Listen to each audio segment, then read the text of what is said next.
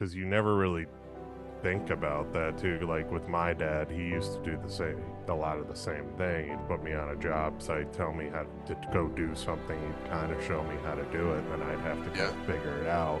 Sure. And then he'd swoop in and save the day and Yeah. correct everything. It's the learning experience, and if you go back to that too, it's almost like reflecting on that. Yeah. You wouldn't be where you are today without those moments.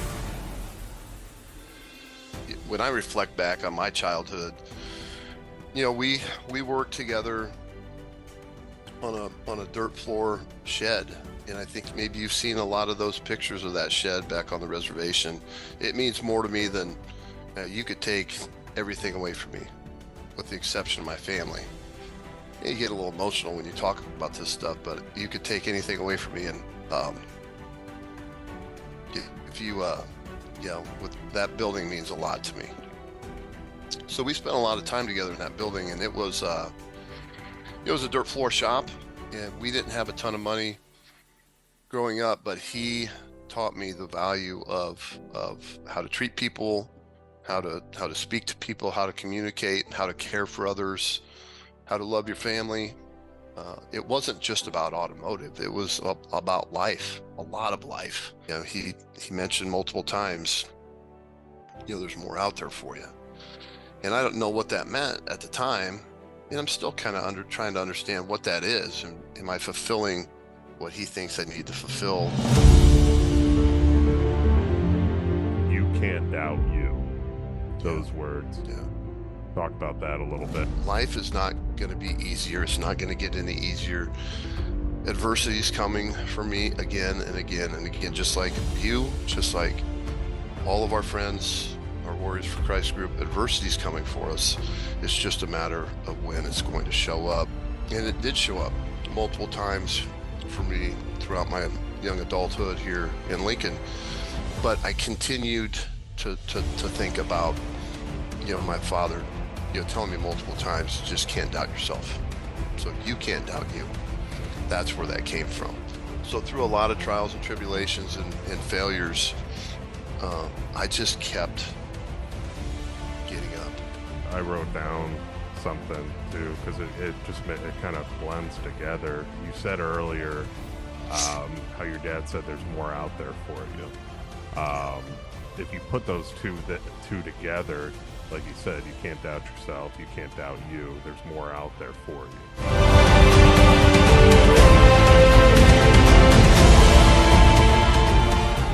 Welcome to The Real Build. I'm your host, Bill Ryman, your broker builder. And today I have an awesome guest, a good friend of mine. He's a father, husband, a leader in his community. I've seen so much of the stuff you're doing within your community. I watched a lot of videos that you're doing, speaking to local colleges and everything too. He's become a good friend of mine. We're both in a group called Warriors for Christ. And he's obviously the CEO of A1 Automotive out of Lincoln, Nebraska. Kendall Warnock, welcome to The Real Build, man. How you doing today?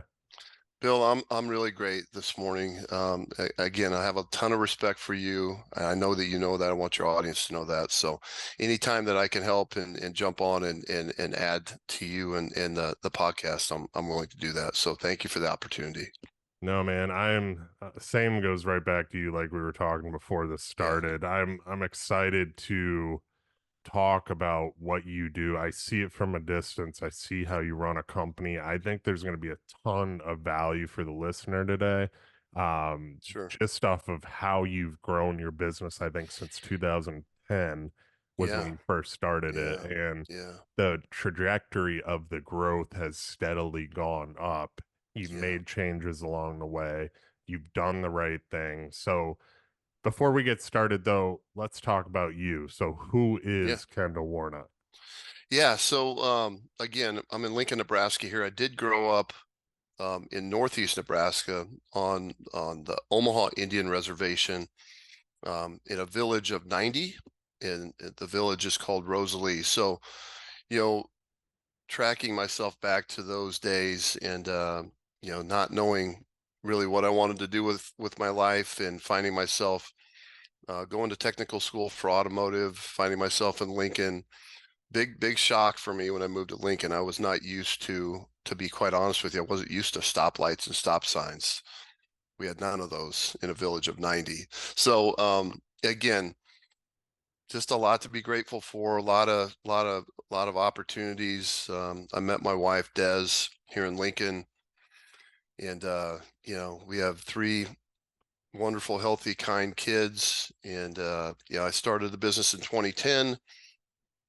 Steadily, I've grown A1 Automotive, the right way. In my perspective, the right way. It's just treating people with a lot of respect and putting their needs in front of ours, even in the business space. So, we're going into year 15, full of gratitude. Every day I wake up, thanking God for the opportunity that the day presents. So, Why the automotive industry? What made you choose yeah. to go down that pathway?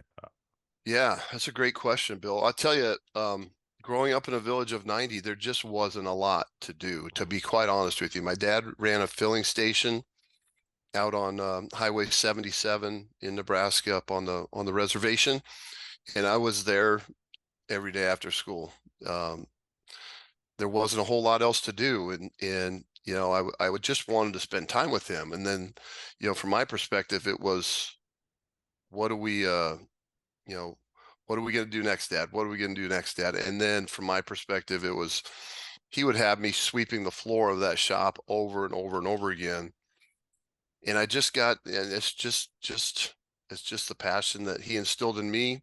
He helped a lot of people in the community, in the village, getting their vehicles running, getting back on the road, getting their families to and from work and from school. So it was just a passion of mine. I just couldn't shake it. And I just really enjoy helping others in the automotive repair space. That family legacy, that dynamic, it's crazy because I have the similar story with construction. I've told it before too, just, sweeping the job, cleaning the job sites, doing Yeah, that thing as a little yeah, kid. yeah, And in always being involved in the business because watching my dad growing up, going to work with him on certain days too. I remember as a little kid, when he owned a concrete yeah, company, going to that and just being amazed by all the trucks and climbing on them and doing all of these things and playing in tires and all this crazy yeah, stuff too. And but I always had to do stuff and I always had to work. And he taught me, the value of work too. So talk about that a little bit hmm too, as far as your dad's influence on you, getting yeah, you into the business now and where it's become, how that's yeah, influenced you to where you've gone today. yeah. Again, when you're growing up as a young man and a young boy, you always, from my perspective, I believe yours too, but you wanted to spend time with your father. Like, you Mhm. want to spend time with him, and I was no different. So the minute I got out of school, it was 3 miles to the filling station, and I would get out there as fast as I could because I wanted to learn from him. I wanted to spend time with him. And I remember most every day after school, again, I would sweep the floor, um, and I would be done and it would be clean. And then I would say, Dad, the floor's clean. So I would go to start to set down and just watch, and he would never let me sit down. He said, "We'll sweep the floor again." I said, "Wait, oh, it's clean. Like, what do you want me to do? It's already clean." But that was a work ethic that he instilled in me, and he wanted to ensure that I knew, what it was going to take, to be successful, I guess, in terms of just having really, really great work ethic. So we would work on, whether it be European vehicles or Fords or Chevrolets or Dodges. There wasn't a ton of European vehicles, to be honest with you, on the reservation, but anytime we had an opportunity, he taught me a lot of things, and he would never he would never tell me how to do something. He would guide me, Mhm. but he would let me struggle to the point where he started to understand and see the frustration that I had as a young man. And he had a really keen sense of that. I remember, multiple times completely frustrated. I couldn't get a vehicle to run. I couldn't get it to run right. And then at the last minute, he would be like Superman and fly in there and help me fix it. But he would let me struggle along the way. And I was, I remember honestly, Bill, I remember being really pissed at him because like, well, you could tell me how to do this, but I didn't understand it at the time what he was teaching me. And that was a lot of life lessons, a lot of, hey, stay the course, continue to absorb, understand the challenges that this vehicle is presenting, and then he would just guide me in those spaces, but he would let me fail a little bit along the way. That's amazing because you're making me reflect back too, because you never really think about that too. Like with my dad, he used to do a lot of the same thing. He'd put me on a job site, tell me how to go do something. He'd kind of show me how to do it, and then I'd have to kind Yeah, of figure it out. And sure. then he'd swoop in and save the day and Yeah, correct everything that I messed up. And I would be kind of pissed off because I'd be like, "Well, why didn't you show me that in the sure. first place?" But it's the learning experience, and if you go back to that too, it's almost like reflecting on that. Yeah, You wouldn't be where you are today without those moments, right? And it's like you would yeah, not, like being in the building world, I would not have the knowledge that I have today about yeah, building homes if I didn't go through those moments of him to show trying quickly showing me how to lay yeah, tile down or do trim or yeah. or dig a trench for something or sprinkler lines or whatever it could be. I've learned a lot over the years just having to do it myself, and putting you in that situation obviously has kind of led you to where you are. And I tell you, first of all, we owe it to our kids and your son and my son to run the exact same play. And Yeah. I'm doing it every weekend that I have an opportunity to. But when I reflect back on my childhood, we worked together on a dirt floor shed. And I think maybe you've seen a lot of those pictures of that shed back on the reservation. It means more to me than you could take everything away from me, with the exception of my family. You get a little emotional when you talk about this stuff, but you could take anything away from me, and if you, with that building means a lot to me. So we spent a lot of time together in that building, and it was a dirt floor shop, and we didn't have a ton of money growing up, but he taught me the value of how to treat people, how to speak to people, how to communicate, how to care for others, how to love your family. It wasn't just about automotive; it was about life, a lot of life.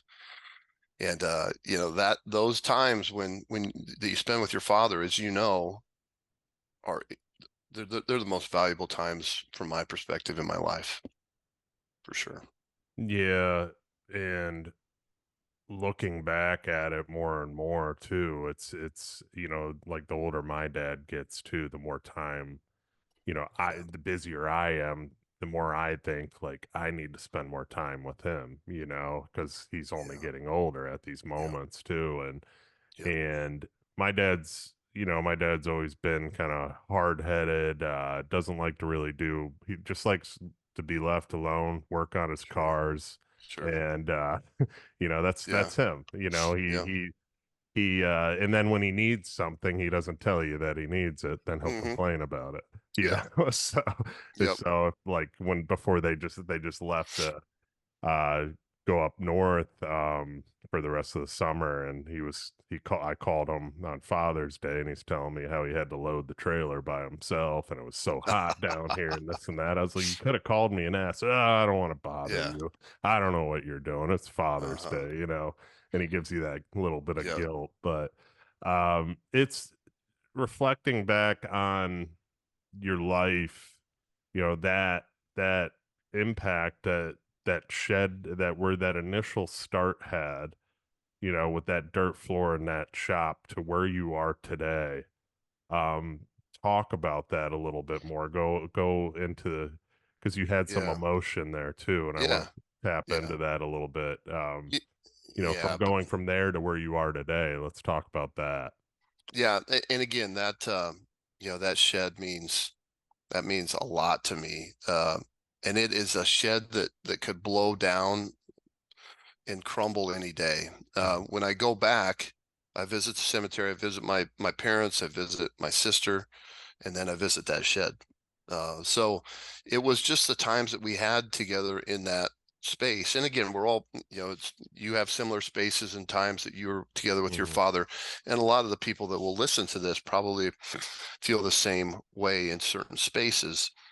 But when I was down there, I would always see him. I remember him sitting on a 5-gallon bucket, with a kerosene heater. That's all the heat we had in there. And keep in mind, it was a wood building, so there was no insulation. There was a couple of lights hanging from the wooden beams, but it wasn't about that. It was about the time that we spent together in there. And he taught me about, from lawnmowers to motorcycles to anything mechanical. And we had a lot of really good talks in that shed. There was no bathroom. I mean, brother, there was the bathroom was in the corner, in the mm, back corner. That was the bathroom. And speaking to him about, the challenges that he had, uh, the adversity that he overcome. You know, his father was murdered in Sioux City, Iowa, and the challenges that created with my grandfather that I never met, but the challenges that created for him, and the adversity that he had to overcome. Uh, he was a simple guy, overhauls guy. You know, he had he didn't have a lot of his teeth left when I was young. He just, it was a hard life for him, but he did one thing, and he did one thing really well. He provided for all five of us. With my mother, obviously, my mother worked for 2 jobs her entire life as well. But the times that we had in that shed, it was reflective of he was setting me up unknowingly for life. And he mentioned multiple times, there's more out there for you. And I don't know what that meant at the time. And I'm still kind of trying to understand what that is. And am I fulfilling what he thinks I need to fulfill? Um, but the time that we had in that shed, when it rained in that shop, it was downhill. It was an absolute mud puddle in mm, there. But that was part of the process, part of the journey, part of, a father and a son spending as much time as they could together working on, 1978 Chevy Camaros. And, I remember when I turned 16, he had bought me my first vehicle. And, it was this 1975 Monte Carlo, and it was an absolute cruise ship. If anybody understands how big those cars were, they were yeah. big. But he threw me the keys, and I was super grateful until I tried to start it. And then it wouldn't start. I opened the hood, there was no engine in there. Oh wow. So that was part of the journey for me. And he said, okay, I've got a completely disassembled engine in the back, on the back side of the shop. I want you to start putting that together. And it took me about 2.5 months to get that engine together because I didn't take it apart. So I was trying to understand how to put it together. But so that was the journey for me. And that, again, we all have spaces and landmarks that mean a lot to us. And I want to repeat what I said earlier. You could take anything away from me. You could take my home. You could take anything, with the exception of Des and my kids, and that would be the biggest. I wouldn't want to lose that building. It just means that much to me. So I'm trying to buy that block back, to be honest with you. And when we're talking about a block in a village of 90, it's not. This isn't a ton of money, but I want to buy it because it means that much to me. And we had to sell it. I had to sell it to bury my parents in 2009 because we didn't have the funding to do that. So it means a lot to me. You think you'll be able to buy it back? Are you I getting hope close to? so. Yeah, it's it's a family extended family member friend Okay. that has it, and I've engaged a couple times with him to get that bought. My hope is that I can get that done, and I don't. What am I going to do with it? And, a couple of guys back home had asked me that when I see them when I'm back. Nothing. I'm not going Yeah. to do anything with it. I just want to be able to be up there and sit in it for 15, 20 minutes and remember my father. Yeah. So, Wow. It's the journey, man. It's amazing yeah, everything you just said, reflecting, just hearing the story of what you went through. Just the car, getting the car without the motor in it too. It's yeah, like how yeah, powerful is that? At yeah, that moment, you're like, are you kidding me? And then now yeah, you realize you're like, this was another step in my yeah, life to figure out, to get to where you are yeah. today. I mean, It's I was just super pissed at him. I'm going to be honest with you. Like, I was mad because I did not think I was going to lift the hood and not see anything under there. But again, it was a lesson that he taught me, and it was part of the process of how he thought. And I'm super grateful that the way he raised me. So and it reflects to you as a father too, man.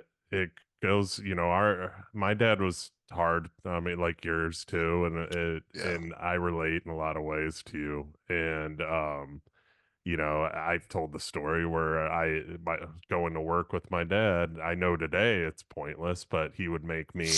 All the concrete block would be stacked in a corner on the lot, and he would say, "Hey, yeah, I need that block moved from that side of the lot over to that side of the lot." yeah. And I'd be like, "Oh, okay." And he'd be like, "Yeah, we have to do it." But the concrete guys put it there for a reason, Uh-huh. because it's close Uh-huh. to where they need it. But he would just do it to, make me do something. Yep. And, that was part of those lessons in life. And he's like, "You want to be strong, right? You want to be big Yeah. and strong, So, Yeah. um, it's reflecting, man. It's amazing. And from what I'm hearing too, you had an amazing father, which goes into my next thing too. Tell me about "you can't doubt you," Yeah. those words. Yeah. Talk about that a little bit because I think that reflects with you and your father and your Yeah. journey there, ties that in. Yeah, I've when I was younger, when I moved to Lincoln, which was 20 years ago, I was like, Bill, I didn't know if I could survive, to be quite honest with you here. I didn't, the coming from such a small, and again, it's just a lot of reflection right now. Coming from a village of 90 people, I didn't know if I could survive. And then I started to understand, okay, why am I doubting myself so much? Why am I limiting myself to thinking I can't do something? And I started to get some traction I started at UNL. It just wasn't for me. I didn't think I wanted to be in the automotive space when I got down here. So I got into UNL, through the process of UNL. Yeah, we had some challenges back home. I had to help support my family and my mother and my father financially. So I just wasn't able to stay at the University of Nebraska Lincoln. I did finish at Doane, which is kind of irrelevant to the conversation. But then I started to understand, okay, life is not going to be easier. It's not going to get any easier. Adversity is coming for me again and again and again, just like you, just like all of our friends, our Warriors for Christ group. Adversity is coming for us. It's just a matter of when it's going to show up. And it did show up multiple times for me throughout my young adulthood here in Lincoln. But I continued to think about, my father, telling me multiple times, you just can't doubt yourself. So you can't doubt you. That's where that came from. And the older I get, the easier that is to understand. And again, I'm 46 years old, so I've lived enough life to understand I'm not like I'm just respectfully, I'm not doubting myself anymore. My father didn't doubt me 30 years ago. So why the hell am I doubting myself now?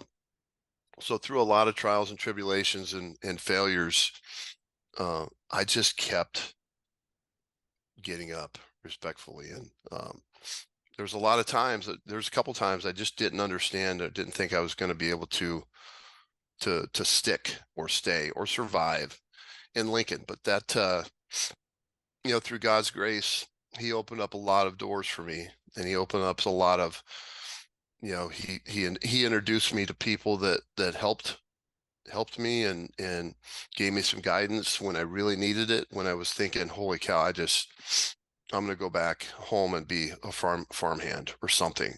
And there's nothing wrong with that. I mean, I've got friends back home that are doing that, but I just didn't feel like that was enough for me. So I continued to not doubt myself, and that's where I've spoken to kids from UNL to Union College to high schools around here in Lincoln, and I've used "You Can't Doubt You" as the title of my presentation. I love that, man. I wrote down something too because it just it kind of blends together. You said earlier how your dad said there's more out there for you. Yeah, Um, if you put those two together, you just can't doubt yourself. Like you said, you can't doubt yourself. You can't doubt you. There's more out there for you. So yeah, if you put those together, into yeah, one thing, yeah, it makes a lot of sense.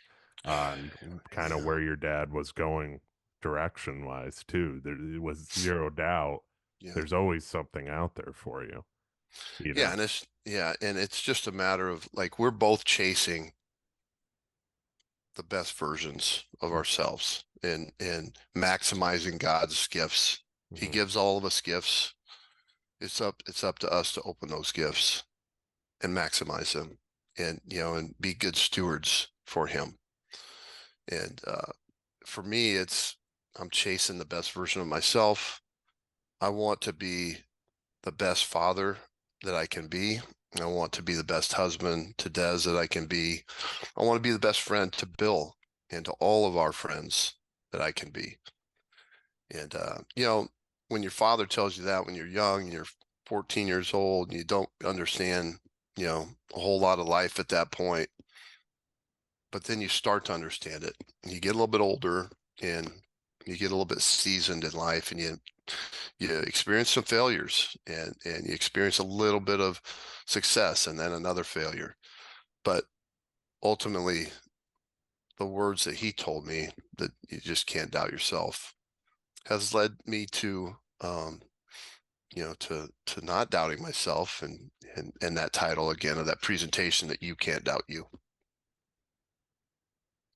And going into that a little bit too, and I've been reflecting on this myself is because I think a lot of us as entrepreneurs, we always are constantly chasing what's next in our business, the more Yep. money, with the Yep. next job, the next sale, let's put it Yep. that way. And as Hmm. business owners, yeah, I mean, we should be too. But when you reflect kind of on what you just said there too, you know, be the best man of faith you can be, the Yeah. best father you can be, the best husband you can be, the best friend you can be. Yeah. Those four things right there lead to a fulfilled life. Of course. They lead to more fulfillment, I think, in your business too. And Yep. um, I'm starting to realize that more. I'm always was on the chase, and um, things. It's if things slow down. Things right now have slowed down a little bit. It's election year. People aren't building as much right Sure. now. We're busy. We have a lot of Yeah. current builds going on as far as new stuff coming in. People have been a Sure. little more hesitant, which I'm is sure. if you reflect on that time instead of just stressing over it and having anxiety, I took it as God, it's my time to expand, my time to really expand into my faith, my time to expand into new friendships, old friendships, talk to more people. Just got a new office in Naples that we signed the Yeah. lease yesterday, so we're Congratulations, brother. expanding up there finally after all these years to just have a little smaller office there. So it's exciting, man. But it's slowing down to realize what his plan is. And Sure. that's what I've trying to been more reflecting on rather than just go, go, go, go. Why am I not, Yeah. or there's things happen to you for a reason, Yeah. and talk about that a little bit, your faith, your being a father, being a husband, being a friend, how important that is to you, because you've been a good friend to me. I mean, you're one of the most giving dudes I've ever met. You're Yeah. sincere. You reach out to people randomly. Yeah. You've reached out to me a few times randomly, and it's like the best thing, and it's like, Yeah. oh, there's Kendall. I haven't, and then we catch up, and it's like it was Yeah. just Yeah. yesterday. Talk about that a little bit, Yeah. man. Like how important those four things are to you. Yeah. Again, family is should always be at the forefront. We can be unbalanced for a while. We talk about that. The groups Mhm. that we're in, we all understand being unbalanced is part of life. But ultimately, you know, your faith, I came to Christ February 1st, 2009. Um, you know, I got a phone call. I was in the hospital with my mother, and we had just been advised that she had cancer, was not curable. And that night I was praying for the first time in a long time in Sioux City, Iowa, and I halfway through the prayer, brother, halfway through the prayer, I said, "There's 3 billion people on this planet. How the heck is he going to hear my prayer tonight?" Frustrated, angry, upset. Uh, so I quit. I quit praying, and that next morning, I walked back into the ICU to visit my mother. She was not able to speak at that point, and my phone rang, and I didn't answer it. Um, and then about 10 minutes later, I was walking out of the ICU. I didn't answer it because it was in the ICU, so I was walking out, and this Hispanic gal on the phone, I answered. I said, "Who is this?" And she said, "God sent me a vision of your phone number last night and wanted me to tell you that he heard you praying and that everything was going to be okay." And that was another uh, stretch in my life that was pretty impactful. So I go from stopping a prayer the night before, February 1st, 2009, to um, getting that phone call that morning. So that's where that's when I knew he was real. That was he said the gal said it was a Fremont, Nebraska number. Never seen it before, didn't have it saved. And she said, God expects great things from you, and he needs you to lead your family. So you talk about faith and you talk about believing. That was when my belief became very real that morning. So again, I know there's a lot there to unpack, but I wanted to share that story. And then you get into family and you get into friendships, and family means the world to me. Friendships mean the world to me. My kids mean the world to me.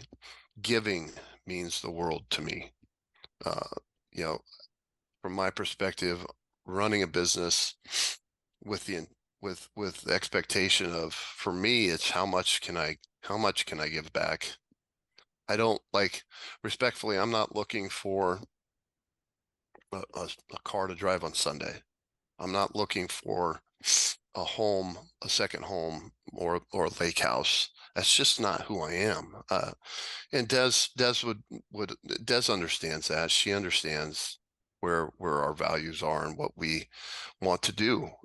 And as long as, listen, God gives us all gifts. We ask for something, He packages us up. We just don't know when it's going to show up. If it's going to be 3 weeks or 3 years, but He hears it. He hears all of them. So, from my perspective, it's okay. How are we going to be impactful through our business in the community, whether it's school lunch debt, elementary schools, whether it's giving vehicles away to nonprofits, which we have 3 giveaways in the next couple of weeks. And Mm. again, my faith, my family, my friends, Uh, that all of those things are what drives me. And that's what success means to me. It's how great of a father, husband can I be? How great of a friend to Bill and company can I be? How great of a person can I be in our community? And how much can we give back? And that's the plays that I run. The giving back part too that you just said is so for people that are listening out there, so crucial within your business too, because not a lot of people have that thought process. They don't, it's just take, take, take as far as getting your business going, or you have a bit current business that's successful too. And it goes back to my thought of, wanting to continue sales, sales, sales, sales. But with what you just said there, the more you give, the more you get back in this life. And I'm a big believer on that. And it's not just giving to get back. It's giving because it means something too. It's Sure. giving to the homeless guy on the corner that Yeah. I see on the middle, standing in the center of one of the main intersections. I always have a Yeah. cold water. I hand him a cold water every Yeah. time I see him because Yeah. I know he's usually going to be there.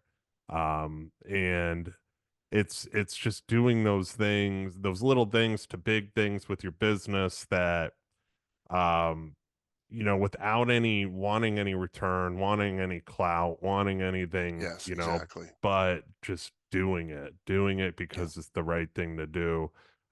So you guys with companies out there, that was huge right there because that's going to take you far. That's what's going to get you also known as a business, but Yeah. it's also going to be a good thing to be involved in your communities too, which I Yeah. think all businesses need to do more of, and a lot Yeah. don't. Yeah. And that needs to be it really, and we know this, and I think a lot of your listeners will understand this too. It needs to be something that you're passionate about.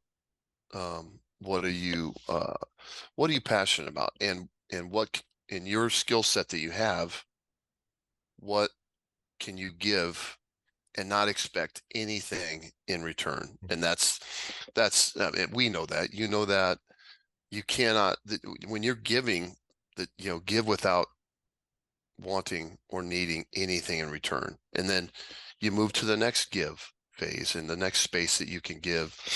And from school lunch debt at elementary schools in Lincoln that are, in the top five most poverty driven areas of the city.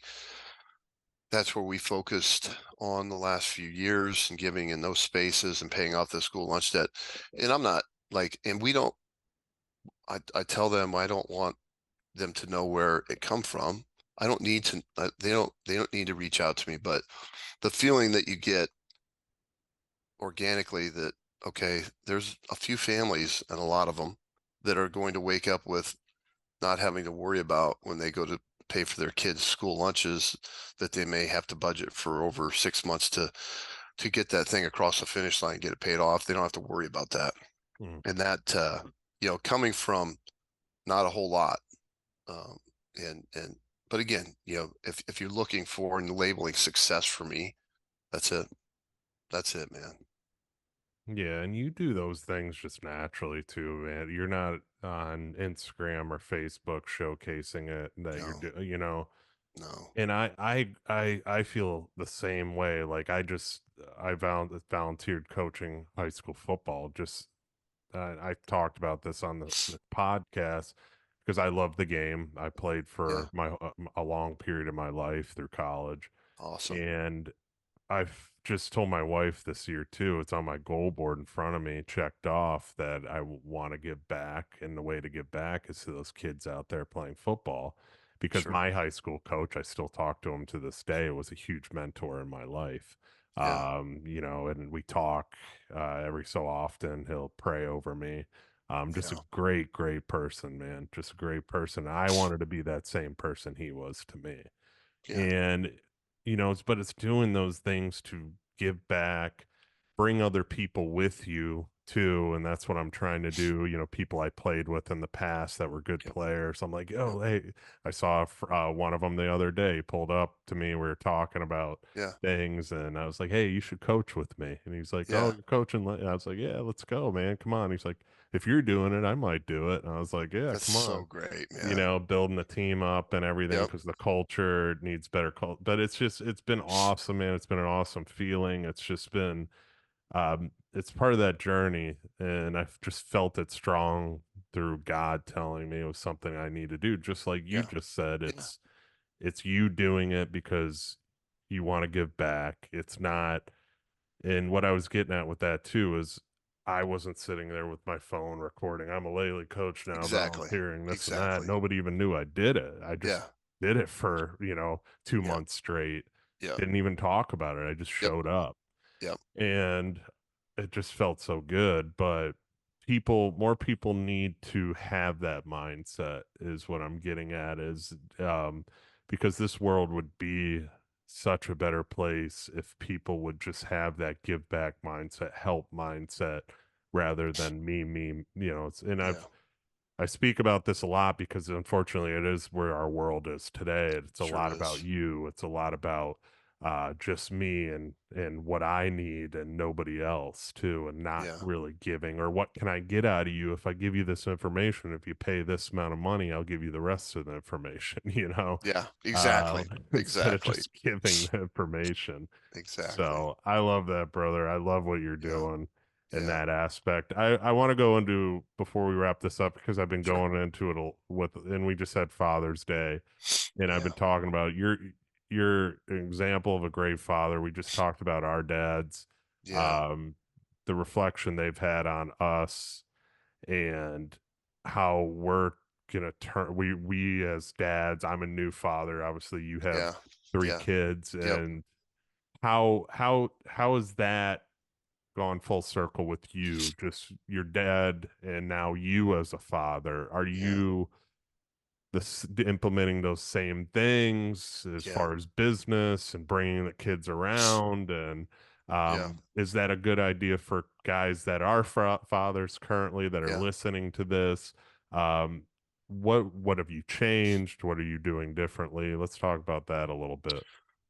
Yeah. So what my father instilled in me, I'm instilling in our kids too.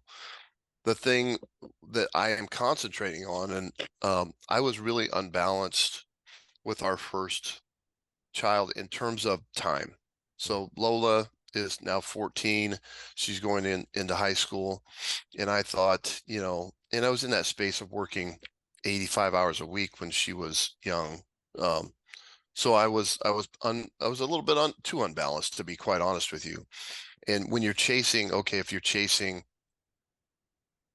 success in terms of monetary value, or a title, or growing in a business, or getting promoted in a company, um, I pivoted over the last probably 10 years, and I've really focused on, I want to spend every second that I can with our kids and Des. And we know the runway of life is getting shorter for us. I told Des, we had that conversation, I'm 46, half my life is over with. And that's just the way life is. However, I want to spend every gosh darn second that I can, watching Lola play volleyball, watching Crew play basketball, watching Capri, taking them to practices, um, taking them, on a vacation, just genuinely spending time with them, and watching my son, you know, want to get up and just mow the yard by himself, and growing in those spaces, and understanding time is undefeated. It's going to run out on all of us. It's just a matter of time. So from my perspective, being a father is being present, not giving presents, just being present with your kids.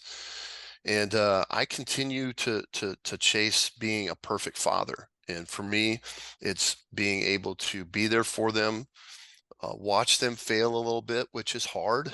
It's hard. and you'll experience that with your son, and when you all have have a bigger family, in terms of losses in sports and things like that, and how do they bounce back, and how are they treating others, and how are they treating their teammates. But for me, there's nothing more important to me than spending every second that I can with my kids. Do you think there's, in the concept of time and being a father, being a business owner, for those business owners out there, I don't want to talk about balance because I've talked Sure, about that. In sure, my opinion, there really can never be a true balance. right. But is there either all in on your business or all in on your family? And if you're all in on your family, is your business going to suffer, Yeah, in your yeah. opinion? Well, I tell you, you can live unbalanced, and you have to. I mean, let's be honest with each other. Yeah. We both run a business. You have to for certain spaces and stages and chapters of your life. Um, but ultimately, the way that I've created or recentered that balance is just getting up and attacking every day at 3:50 a.m. Like I'm off to the races. I can't wait to get up in the morning because I'm racing that clock every day. I want to get as much done as I can before I shift my focus and all of it to my family. Mid to late afternoon, and then, we have sporting events and things like that and practices. So I listen, you have to be unbalanced to be able Mm, to make it and to be successful in a business. But the way that I've counterbalanced that, I tell all of the friends and some of the younger guys that I talk to here in Lincoln, you have to be Superman at home. mm, Sometimes you can be Clark Kent at work, but you have to be Superman at home. And that's where my focus is. Like I can be good at work throughout the day, but I want to be great at home. mm.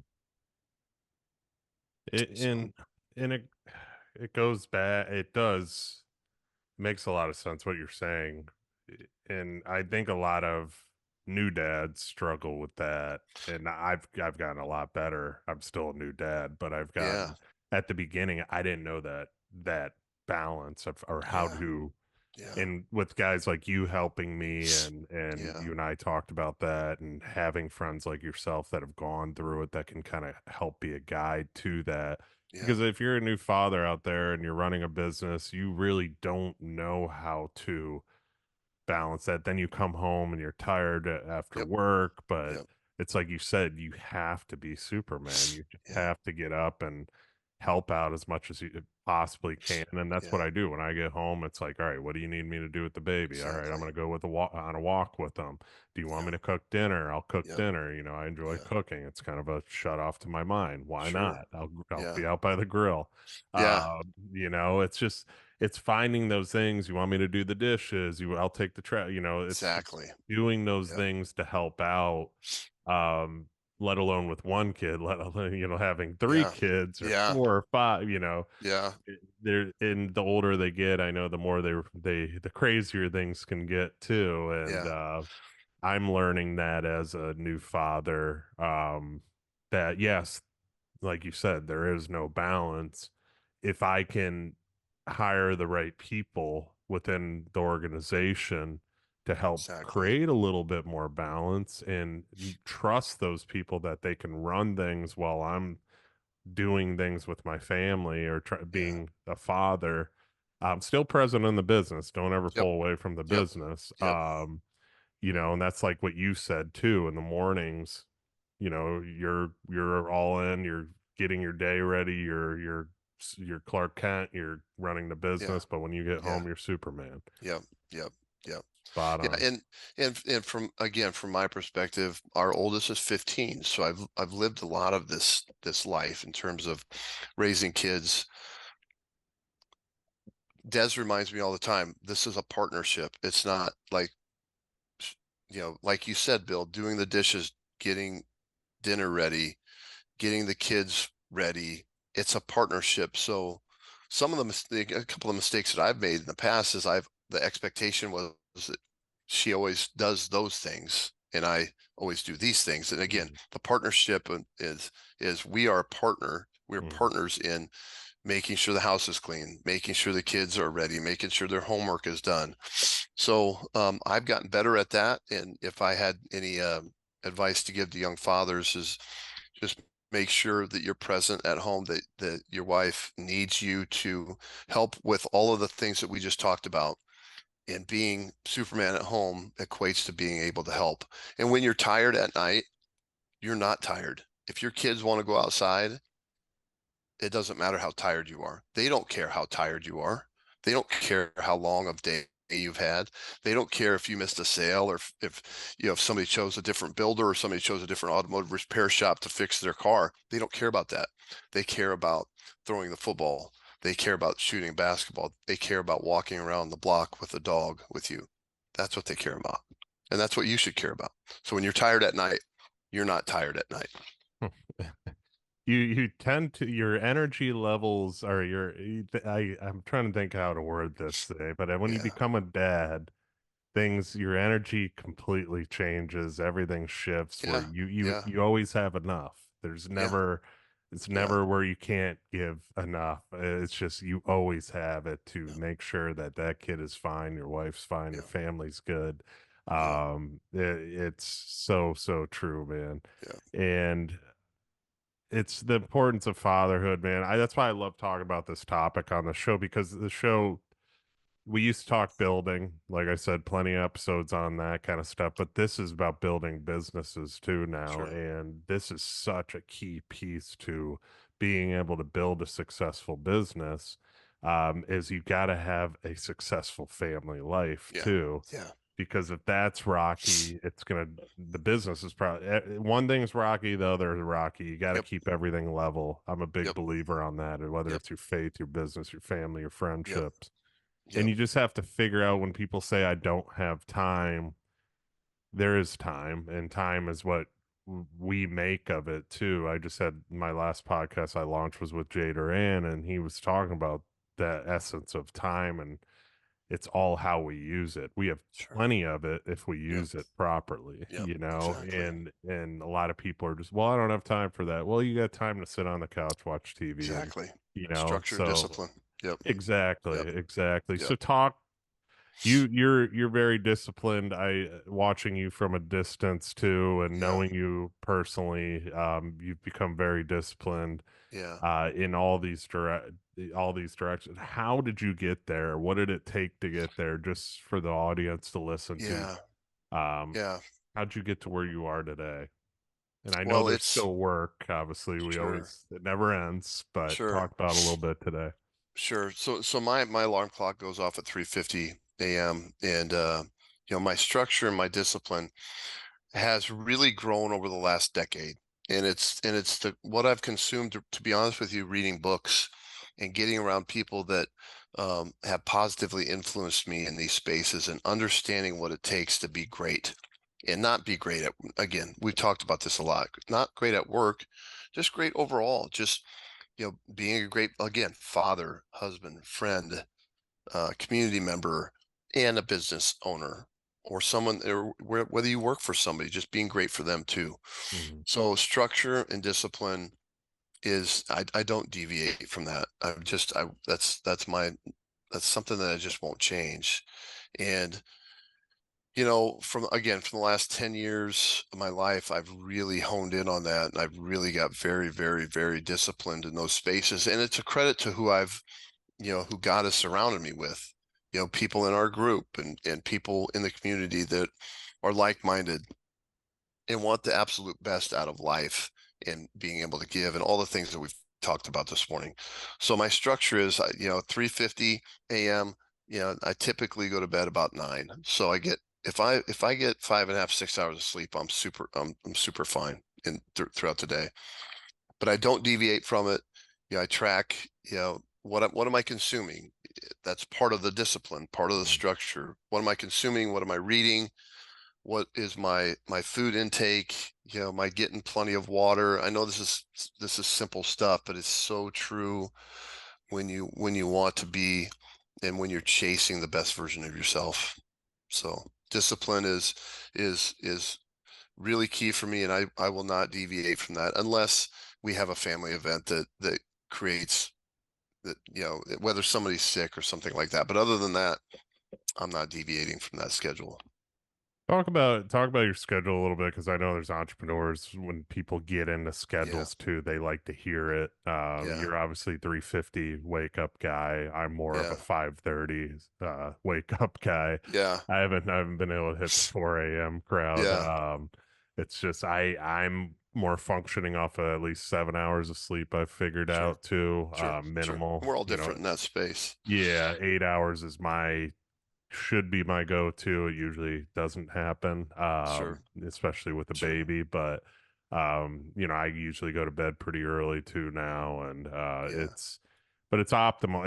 It's all how everybody's different, and that's what I want the audience to know on this subject too. We're going full circle today, Kendall. yeah. Let's do it. But what's your schedule look like as an entrepreneur? And let's talk about that a little bit. I'm interested.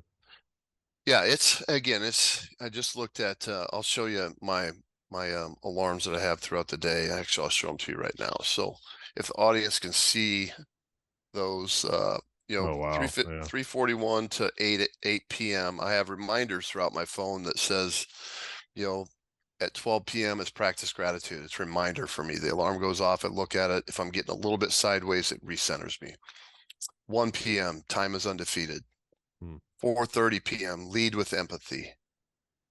6 p.m. the word for me this year in 2024 was growth. And then at 8 p.m. I saw, and I conquered. Hmm. And whether that's true or not, it's a day, it depends on the day.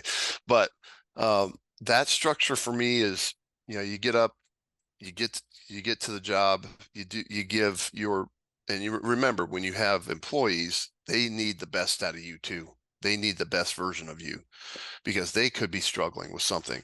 And what are they struggling with? You can tell with your employees and the people that you're around, if they're okay, if they're not. So Hmm. I always check on all of my team members, Yeah. and I can look at them and think, okay, he's not great today. Let's figure out why. And typically, like you said earlier, it's because of home. It's because of something at home. And that's, the mark of, for me, great leadership is caring for others. It's that simple. If you really want to simplify things, you just have to care. So throughout the day, the structure is work, and then depending on the season, the year and the seasons that we're in, if I've got to get crew to basketball practice at 4:30, I'm getting out of work and I'm chasing, um, racing home so I can spend time with my kids and being present. But that doesn't mean the job and work stops, because if you get through those phases, a couple hours, you may have to revert back. And even if it's email or if it's obviously with communication we have these days, uh, I have to engage a little bit. I'll check on a couple of jobs, or I'll check on, if we have 6 loaners out that day, I'll make sure that we have documentation right on those loaners. But the structure, the day is focused on my workout in the morning at 4. I get to work. I run the plays, all the plays at work that I need to run. I make sure first and foremost that my the leaders in my groups are really great and managers are great, and I want them to be great for themselves, and then they need to be great for the teams that we have. So, and then 4:30 in the afternoon is when I'll pivot and I'll get home and I'll take, whatever it is, clean up the kitchen, help Des with picking up food for dinner if we're both busy. And then it's spending time with the kids, like being outside and shooting baskets with crew, or, throwing the football, or, watching Capri and Lola play volleyball. And then, it's spending time with Des. And then it's, you hit the sack and you run it back. So it's just a matter of really chasing a day-to-day schedule that fits with you and that you can stay consistent with. Yeah, and everybody listening out there, you don't have to do 15 to 20 morning rituals and routines to have a good day. Just putting No, that out there too. no, 'Cause there's a lot no. of that out there. Just do what Yeah, works for I you, know. man. Yeah, no One of the doubt. most important things he said to wrap this up, and it is all about your employees too. And I was Always. guilty of not always checking on them, and I've learned over the last year, couple of years, of the importance of doing what you just said, going in, um, evaluating kind of the team members' attitudes and Yep, checking on them, just being like, "Hey, how's your day? How's things with the family?" Having a conversation, making them feel yep, like they are yep, family. yep, And by doing that, you create obviously a better culture within your company as well, but they become family. I mean, it's literally like everybody that works for us now feels like they're part of our family, and they all want to be that's the there, secret sauce, man. and then it's like, too, it's like the Yeah. more they feel like family, the more the outside kind of, sees like through social media and stuff like Yep, that of what you're yep. doing. And then they start, I've had multiple people call us from other building companies that want to work for us now. Bingo. Yeah, And it's been awesome, man. I was talking about it in our team meeting yesterday, our culture. I was like, I'm just bingo. going to speak right now for what I believe. You guys can Yeah, say yes or no. I hope you say yes, but I think we got yeah, a pretty dang good culture here. yeah, yeah, And they all started smiling. They're like, yeah, yeah, this is, we're going to a restaurant on Friday just to do a little happy hour with the team after yep, work. We're going to all take off a little bit, an hour early, yeah, and we're going to head up and all hang out as a team. yeah. So it's just doing those things, man, like you said, and not making it so work related, but it goes Exactly. full circle back to by doing that and having those people within your organization, like we talked about, that allows you to get that time in with your family, Yep, to be able yep, to leave work, leave the office like you do, yep. and go spend time with your kids Yeah. too. I tell you, when you're having conversations with your team and your family members at work, and I always refer to them as family members, Mhm. uh, you they don't want you to they don't want to talk about work. They want you to ask about how their girls did at softball the weekend before. They want to tell you that they need to leave a little bit early because they have to coach their son's t-ball team. They want to tell you the weekend that they had away with their wife and they traveled a little bit. They don't want to talk up. That's what they want you to ask them, in my opinion. Now you'll probably get a ton of opinions on this, but in different perspectives. But if you treat your family members that are your team members at work that way, it sounds like you've done the exact same thing. The culture organically becomes great. And then you Mhm. have other people want to come work for Bill Ryman. And that's it. That's it. The way you treat others. That's it, brother. I love it, man. Kendall, this has been awesome. I tell every one of my guests, I'm definitely gonna have you Yeah. back on again in Yeah, the man. future, man. Yeah. Yeah, it's such a great conversation. I know Yeah. there's a lot of people out there that own businesses, a lot of people looking for businesses too, because that's what this show's all about. Sure. That, if you guys are looking for any kind of auto repair and Yeah. you're in that Lincoln, Nebraska Yeah. area, shout out to Kendall because Yeah. he Appreciate that, will brother. take care of you. I Yeah. know that for a fact. Thank you. And I Thank you. appreciate you, man. This was awesome. Yeah. Yeah, Bill, big fan of you. Whatever I could do for you, Same, I'll man. be there. Yeah, no, same to you. Same Yeah. goes to you, man. And yeah. So, with all that being said, guys, thank you so much for listening. And please like, share, comment, tell all your friends and family about this podcast. Share it with them. 5-star reviews only, because that's what this one definitely deserved. Kendall, thank you, sir. And You we got will it, see brother. you guys on the next episode.